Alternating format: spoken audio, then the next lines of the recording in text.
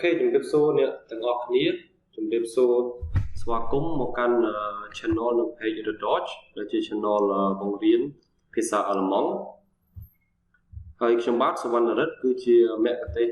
ទេសចរនៅក្នុងខេត្តសៀមរាបឯកទេសភាសាអាល្លឺម៉ង់និងអង់គ្លេសហើយថ្ងៃនេះខ្ញុំមកចែករំលែកនិងឆ្លើយតបទៅនឹងសំណួរមួយមានប្រិយមិត្តនិងបងប្អូនយើងខ្លះសួរថាហេតុអ្វីបានជាយើង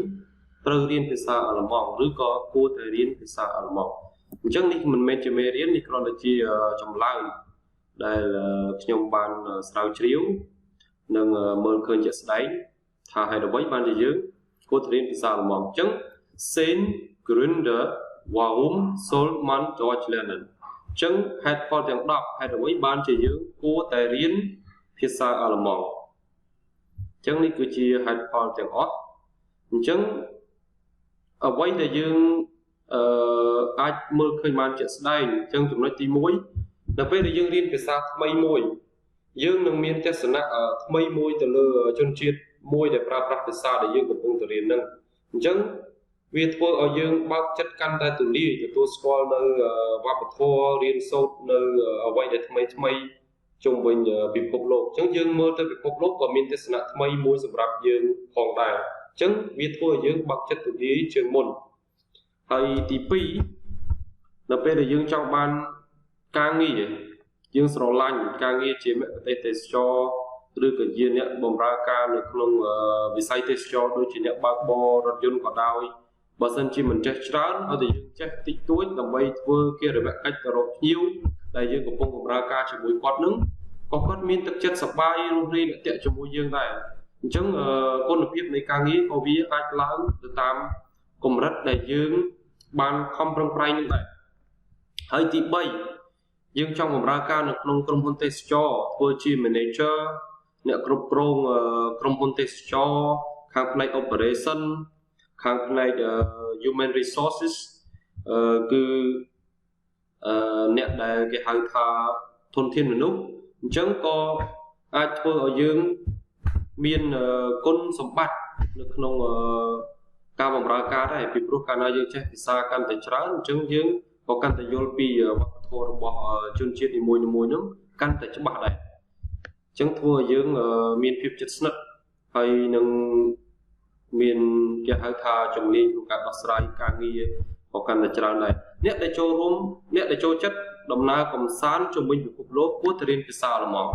ថ្ងៃណាមួយយើងនឹងឈានជើងទៅដល់ប្រទេសដែលប្រើប្រាស់ភាសាអាល្លឺម៉ង់ជាភាសាជាតិអញ្ចឹងហើយយើងក៏អាចប្រើភាសាអាល្លឺម៉ង់ដើម្បីធ្វើឲ្យដំណើរកម្សាន្តរបស់យើងរលូនទៅមុខតាក់ទងជាមួយនឹងជនជាតិផ្ទាល់គឺនិយាយជាមួយជនជាតិដើមផ្ទាល់នៅក្នុងប្រទេសនឹងតែម្ដងគឺធ្វើឲ្យយើងស្វែងយល់អំពីវប្បធម៌ប្រទេសហើយនឹងជនជាតិមួយនឹងកាន់តែច្បាស់នៅពេលដែលយើងចេះនិយាយភាសារបស់គាត់ប្រៀបដូចជាយើងទៅនៅស្រុកគេយើងប្រើប្រាស់ភាសានឹងដើម្បីប្រស្រ័យទាក់ទងជាមួយនឹងជនជាតិគេផងដែរអញ្ចឹងអ្នកដែលរៀនត្រៀមដើម្បីយកអាហារូបករណ៍ទៅប្រើប្រាស់ភាសាអាល្លឺម៉ង់ជាផ្លូវការប្រទេសដែលតម្រូវឲ្យយើងចេះភាសាអាល្លឺម៉ង់គឺអាហារូបករណ៍ក៏គេផ្ដល់ឲ្យយើងពេលដែលយើងចេះភាសាអាល្លឺម៉ង់អញ្ចឹងយើងមានអត្ថប្រយោជន៍ក្នុងការបានអាហារូបករណ៍ទៅរៀននៅប្រទេសដែលប្រើប្រាស់ភាសាអាល្លឺម៉ង់ជាផ្លូវការដូចជាប្រទេសអាល្លឺម៉ង់ផ្ទាល់ប្រទេស Swiss ប្រទេសអូទ្រីសឬក៏ប្រទេសផ្សេងទៀតខ្ញុំមិនបានរៀបរាប់ហើយអ្នកក៏អាចមានឱកាសធ្វើការនៅក្នុងក្រុមហ៊ុនអាល្លឺម៉ង់នៅពេលដែលយើងចេះភាសាគេអញ្ចឹងយើងដាក់ពាក្យទៅធ្វើការក៏គេសម្លឹងឃើញនៅគុណសម្បត្តិមួយនឹងដែរអញ្ចឹងអ្នកដែលមានបំណងចង់ធ្វើការនៅក្នុងស្ថានទូតឬក៏ជាទូតផ្ទាល់តែម្ដងអញ្ចឹងយើងគួរតែចេះភាសាឲ្យច្រើនដើម្បីអាចទំនាក់ទំនងការងារផ្លូវការជាអន្តរជាតិជាមួយនឹងប្រទេសនានាដោយប្រើភាសាផ្ទាល់របស់គេតែម្ដងអញ្ចឹងអ្នកដែលមានបំណងចង់ទៅរស់នៅប្រទេសក្រៅខ្ញុំបានជួបច្រើនដោយសារតែអ្នកខ្លះគាត់មានគ្រួសារនៅក្រៅប្រទេសអញ្ចឹងគាត់មានបំណងចង់ទៅនៅក្រៅប្រទេសដូចជាប្រទេសអាល្លឺម៉ង់ហ្នឹងគាត់ត្រូវតែរៀនភាសាអាល្លឺម៉ង់ឲ្យចេះដើម្បីមានភាពងាយស្រួលក្នុងការប្រស្រ័យទាក់ទងនៅក្នុងមជ្ឈដ្ឋានរបស់អាល្លឺម៉ង់នៅពេលដែលគាត់ចង់ទៅរស់នៅប្រទេសគេហ្នឹងអញ្ចឹងគាត់គួរតែរៀនភាសាអាល្លឺម៉ង់ហើយទី9ការងារអនឡាញ ប្រើភាសាអាល្លឺម៉ង់បើសិនយើងមានជំនាញអីមួយហើយយើងចេះភាសាអាល្លឺម៉ង់ទៀតយើងចង់បម្រើការងារអនឡាញដែលគេត្រូវការនៅសមត្ថភាពរបស់យើងអញ្ចឹងវាធ្វើឲ្យយើងមានឱកាសក្នុងការធ្វើការងារមួយនឹងបានបើសិនជាយើងចេះជំនាញតែជំនាញនេះគេទាមទារឲ្យយើងប្រើគប់ជាមួយភាសាអាល្លឺម៉ង់យើងអត់ចេះអញ្ចឹងយើងអាចបាត់បង់ឱកាសហើយទី10យើងនឹងខ្លាយទៅជាមនុស្សគិតអត់អន់ពីព្រោះភាសាអាល្លឺម៉ង់មួយគឺជាភាសាដែលយើងប្រើគូក្បាលច្រើនណាស់គឺមានភាពសាំញ៉ាំការកត់ចំណាំគឺវេយ្យាករណ៍សាំញ៉ាំច្រើនអញ្ចឹងវាទាមទារឲ្យយើងជាមនុស្សម្នាក់ដែលចេះគិតចេះចំណាំចេះរៀបធៀបច្រើនធ្វើឲ្យយើងមានគំនិតគិតអត់អន់ទៅក្នុងការរៀនភាសាមួយនឹងអញ្ចឹងហើយបាននៅពេលដែលយើងរៀនចេះភាសាអាល្លឺម៉ង់មួយនឹងគឺយើង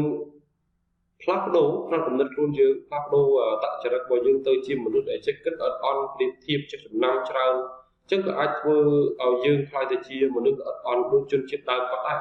អញ្ចឹងនេះគឺជាគុណវិបត្តិគុណសម្បត្តិសន្ទុះនេះគឺជាគុណសម្បត្តិរបស់ភាសាអាល្លឺម៉ង់អញ្ចឹងខ្ញុំមានតែ10ចំណុចនោះទេបើសិនជាអ្នកទាំងអស់គ្នាអាចស្វែងរកឃើញនៅចំណុចផ្សេងៗសូមជួយ comment នៅក្នុងវីដេអូហើយបើមានចំណុចណាខ្វះខាត